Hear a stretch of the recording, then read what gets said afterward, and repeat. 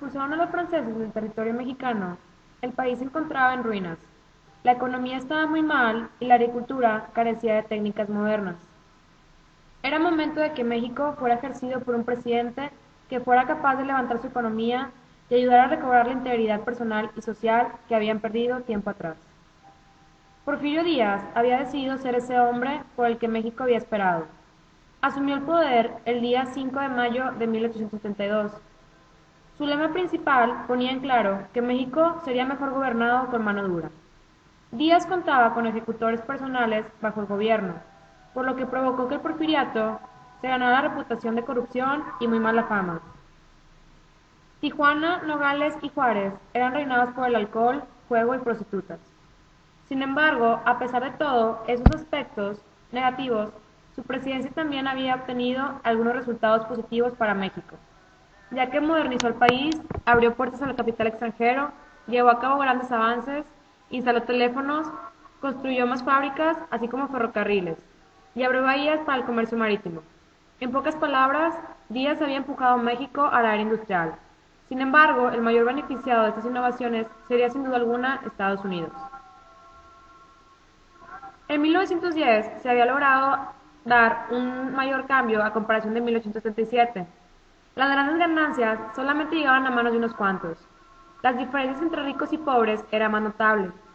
Los hacendados arrebataban a los campesinos sus grandes parcelas y controlaban sus tierras rurales, lo cual provocó mucho resentimiento entre ellos, además de que solamente incrementaban deudas y practicaban trabajos infrahumanos, obligando a trabajar a ancianos y niños 12 horas al día o más. Díaz justificaba tales actos diciendo: Los mexicanos deben de ser gobernados autoritariamente ya que no están preparados para la democracia y por consecuencia de esto deben de ser esclavizados por el bien del progreso. No hacen nada por sí mismo o por el mundo, ya que si no es persuadido como un látigo. Los campesinos, hartos de estos tratos, decidieron unirse para dar fin a todas estas injusticias que estaban viviendo. Sin embargo, mientras todo esto acontecía, la Ciudad de México estaba siendo remodelada bajo los patrones europeos, y Díaz estaba decidido a volver al régimen por sexta vez. Tres hombres estaban preparados para dar comienzo a la Revolución Mexicana. Francisco I. Madero, el apóstol de la democracia, algodonero, liberal, coahuilense, decidió liderar un grupo de campesinos y hacendados que se encontraban en contra del régimen de Díaz. Contando con el apoyo de su ejército, decidieron ir al Palacio Nacional a protestar contra el régimen de Díaz, logrando ser aprendidos. Cuando Madero fue liberado, se refugió en los Estados Unidos y mandó una carta para todos los ciudadanos mexicanos diciendo: La última elección ha sido completamente ilegal y los invito a que nos levantemos en armas para así dejar vivir bajo este. En Chihuahua, Pancho Villa, quien era conocido como un Robin Hood, ya que robaba a los ricos para dar a los pobres, escuchó el llamado revolucionario de Madero. Unió un par de vaqueros, campesinos y otros ciudadanos. Emiliano Zapata, procedente de Morelos, hombre con integridad y visión clara, organizó un ejército con los campesinos que habían sido desalojados de sus tierras. Mientras tanto, Villa, Madero y Zapata lideraban a sus grupos para derrocar a Díaz. Los campesinos se encontraban llenos de ira, por lo que quemaron haciendas, mataron a los dueños y recuperaron sus tierras a la fuerza. Los hombres de Villa y Zapata se reunieron para reclamar la renuncia de Díaz, quien, sintiéndose protegido por su ejército, ordenó dispararles en contra de ellos, logrando matar a 200 personas, mas sin embargo, eso no logró dispersarlos. Díaz no tuvo más opción que huir del país y mandó un comunicado diciendo: Madero ha soltado a un tigre, ahora veremos si es posible controlarlo. En 1910, Madero entró a la ciudad en un caballo victorioso, por lo que habría logrado. Los campesinos le pedían que le regresaran sus tierras, pero este se rehusó, siendo considerado por Zapata como un traidor. A causa de esto, en 1913, el fuego de la revolución empezaba a esparcirse de nuevo. Los seguidores de Madero empezaron a abandonarlo.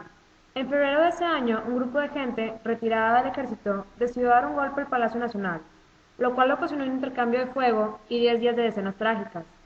Victoriano Huerta, quien había sido nombrado como comandante militar de la Ciudad de México por el propio Madero, había decidido traicionarlo, aprendiéndolo y fusilándolo días después. Huerta, tras de esto, asumió él mismo el cargo de máximo jefe de la nación. Mientras tanto, en Coahuila, Carranza, quien tenía un pequeño pero bien equipado ejército, juró vengar la muerte de Madero y se autonombró primer jefe de la revolución.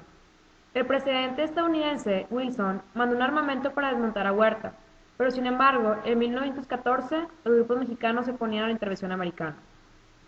El ejército de Villa se acercaba cada vez más a la capital. A finales de 1914, Huerta huyó hacia el exilio en España, y aprovechando la ocasión, Carranza asumió la presidencia y recibió el apoyo de Estados Unidos.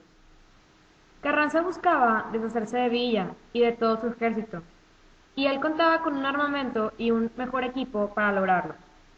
Villa, derrotado, volvió a esconderse en las montañas preparando su venganza en contra de Carranza y los estadounidenses, quienes lo habían derrotado. Asimismo, llegó a Columbus y al encontrarse con 14 americanos, decidió asesinarlos. Villa se convirtió en un asesino a sangre fría tanto en Estados Unidos como en México. Tras lamentable suceso, el presidente Wilson mandó un comunicado en donde declaraba: Queremos vivo o muerto a Villa porque a Estados Unidos nadie le hace eso. Días después mandó armamento a México para asesinarlo. Villa se escondió en las montañas, convirtiéndose en un prófugo de la ley. Mientras tanto, Carranza solamente se ocupaba de encontrar a Zapata para consolidarse en su poder. Emiliano Zapata trató de arreglar los asuntos y murió en el acto, pero su sueño acerca de que todos tenían el derecho de poseer un pedazo de tierra y de ser libres seguía vivo. La revolución llegó a su fin. Carranza había sido derrocado por Álvaro Obregón. Sin embargo, el país había perdido 1,5 millones de sus habitantes. Álvaro, el cual su lema era paz y progreso, demostró ser un hábil político y reformado. Construyó escuelas y concedió tierras a los campesinos. Sin embargo, después de la revolución, millones de sus habitantes seguían hundidos en el progreso. En 1929 se creó un nuevo partido revolucionario dominante, denominado el PRI. Durante la década de los años 20 y 30, el país presenció un aumento en la capacidad productiva en uno de los mayores depósitos de petróleo, ubicado a lo largo de la costa mexicana, por lo que las compañías estadounidenses y europeas habían decidido invertir grandes cantidades en la zona. En 1938 se inauguraron los Juegos Olímpicos de Verano en México. Con la atención puesta en México, un gran número de estudiantes se decidieron unir en el centro de la ciudad para protestar en contra de los monopolios controlados por el poder político. El gobierno, furioso y humillado ante el mundo entero, respondió con un puño de hierro y mandó al ejército y la policía para oprimirlos, asesinándolos. Un nuevo capítulo de la historia de México había sido escrito con sangre. 17 de diciembre de 1992.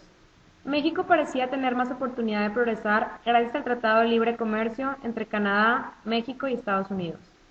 Por primera vez México parecía estar preparado para implementar las esperanzas de un futuro mejor.